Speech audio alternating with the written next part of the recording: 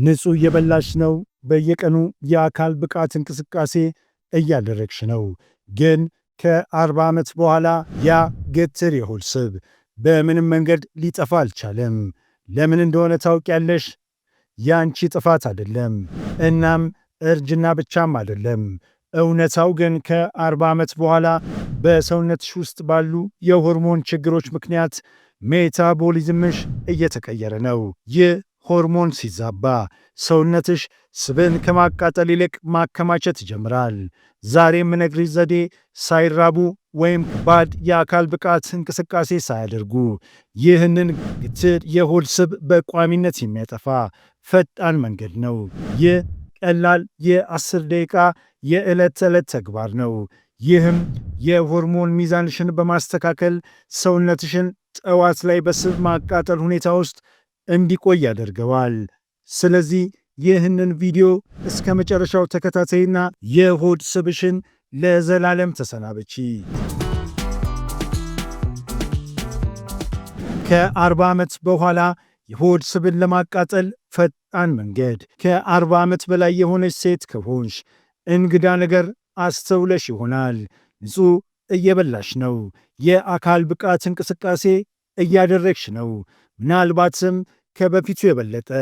ነገር ግን የሆድ ስብ በቀላሉ አልጠፋም።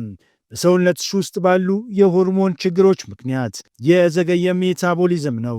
ዛሬ ሳይራቡ ወይም ከባድ የአካል ብቃት እንቅስቃሴ ሳያደርጉ ይህንን ግትር የሆድ ስብን የማጥፋት ፈጣን መንገድ ላሳይሽ ነው።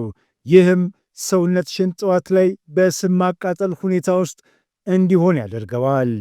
ከ40 ዓመት ዕድሜ በኋላ የሆርሞን መዛባት የሚጀምረው በተለይም በሴቶች ላይ ነው።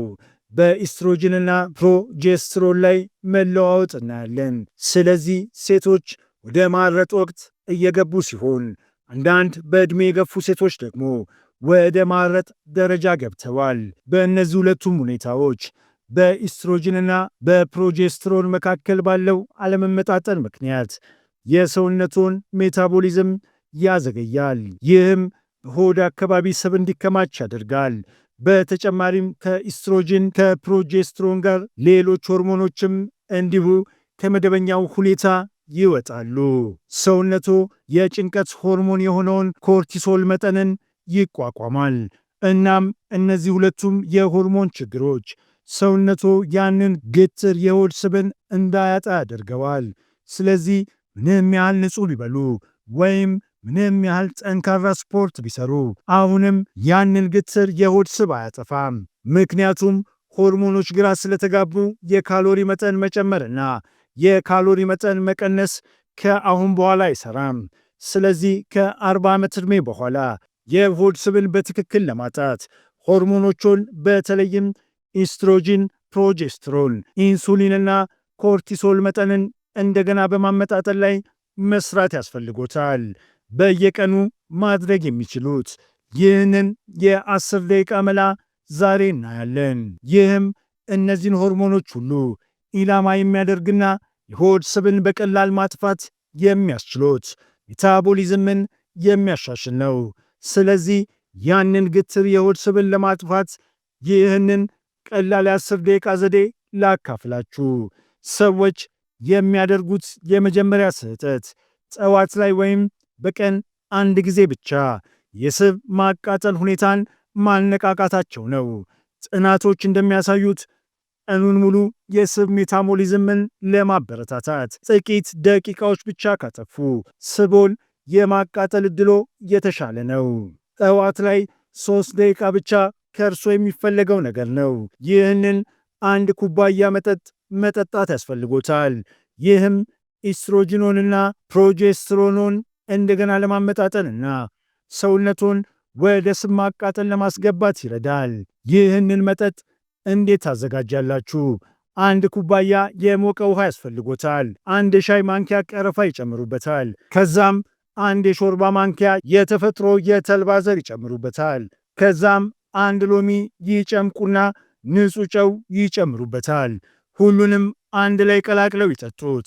ይህንን በመጀመሪያ ጠዋት ያድርጉ። ለምን? ይህ ልዩ መጠጥ ነው። ምክንያቱም እዚህ ያሉት የተልባ ዘሮች ሊግናኖችን እንዲሁም ጥሩ ኦሜጋ 3 የሰባ አሲዶችን ይይዛሉ። ይህም ኢስትሮጅንና ፕሮጀስትሮንን እንደገና ለማመጣጠን ይረዳል። ቀረፋ የሜታቦሊዝም ኃይል ነው።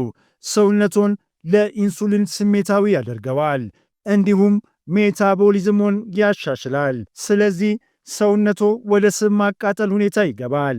ሎሚ የጉበት ጤናውን የሚደግፍ ቫይታሚን ሲና አንቲኦክሲዳንቶች አሏቸው። ጠዋት ላይ ጉበቶ በጣም ቀርፋፋ ነው። ናም ለዚህም ነው ተጨማሪ የሆድ ስብ የሚከማቹት። የጉበት ኢንዛይሞችን አክቲቭ ማድረግና ጉበቶን በማጠብ ሰውነቶ ያንን የሆድ ስብ እንዲያጣ ያግዛሉ። ጨው የምንጠቀምበት ምክንያት ጠዋት ላይ ትክክለኛ ማዕድናትና ኤሌክትሮላይቶች ለማግኘት ነው። ይህም ሰውነቶ ሌሎች ሆርሞኖችን እንደገና በማመጣጠን ረገድ የበለጠ ኃይል እንዲኖረው ያደርጋል። ስለዚህ ይህንን መጠጥ ከእንቅልፎ እንደነቁ ጠዋት ላይ ያድርጉት። ይህም ሆርሞኑ እንዲመጣጠን ሜታቦሊዝሞን እንዲጀምርና ወደ ስብ ማቃጠል ሁኔታ እንዲገባ ያደርጋል። እናም ይህ ሁሉ ነገር 3 ደቂቃዎች ብቻ ይወስዳል። የሚቀጥሉት 4 ደቂቃዎች ከሰዓት በኋላ፣ ከምሳ በፊት፣ ከሰዓት በኋላ የሁሉም ሰው ሥራ የበዛ ነው። ነገር ግን በምሳ ሰዓቱ አካባቢ አሁንም ጊዜ አሎት። ለዚህ ምግብ ከመጀመሩ በፊት ከ4 እስከ 5 ጥልቅ ትንፋሾችን እንዲወስዱ ማድረግ። ይህንን ለማድረግ የሚያስፈልጎት ለ4 ሰከንዶች መተንፈስ፣ ከዛም እስትንፋሶን ለ7 ሰከንዶች መያዝ እናም ከዛም ለ8 ሰከንዶች መተንፈስ ነው። ይህ አንድ ዑደት ሲሆን ከዛም ምሳ ከመብላቱ በፊት ከ4 እስከ 5 ጊዜ ያድርጉት። ይህ ስርዓቱን እንዲሁም የአንድሬና እጢዎችን ያረጋጋል። ስለዚህ ኮርቲሶል መጠኖ ከሰዓት በኋላ መቀነስ ይጀምራል። የስብ ማቃጠል ሁኔታውን የሚያነቃቃው ሌላኛው ነገር ይህንን የመቀመጥ ስፖርት ልምምድ ማድረግ ነው። ደቂቃዎች አይፈጅም። በመሰረቱ ይህ ልምምድ ቁጭ ብለው እያለ በቀላሉ ሊያከናውኑት ይችላሉ። እንዲህ አድርጉ። ወንበር ላይ ይቀመጡና እግሮን መሬት ላይ ዘርግተው ያስቀምጡ። ከዛም ጣቶቹን መሬት ላይ እንደያዙ ተረከዞን እስከሚችሉ ድረስ ከፍ ያድርጉ። እዚያው ላይ ለ1 ሰከንድ ያህል ይያዙና ተረከዞን ወደ ታች እንዲወርድ ያድርጉ። ይህንን ዑደት ለ4 ደቂቃዎች ያህል ይድገሙት። በቃ ናም ይህንን ምሳ እየበሉ በቀላል ማድረግ ይቻላል። ምርምሮች እንደሚያሳዩት ከሆነ ሰዎች ከበሉ በኋላ ይህንን ፑሽአፕ ሲሰሩ ሰውነታቸው አስቀድሞ ስብን የማቃጠል ፋት በርኒንግ ሁኔታ ውስጥ ስለሚገባና ለኢንሱሊን የበለጠ ስሜታዊ ሴንሲቲቭ ስለሚሆን ከበፊቱ ያነሰ የስኳር መጠን ይኖራቸዋል። ስለዚህ ይህ በቀን ውስጥ 7 ደቂቃዎች ይወስዳል።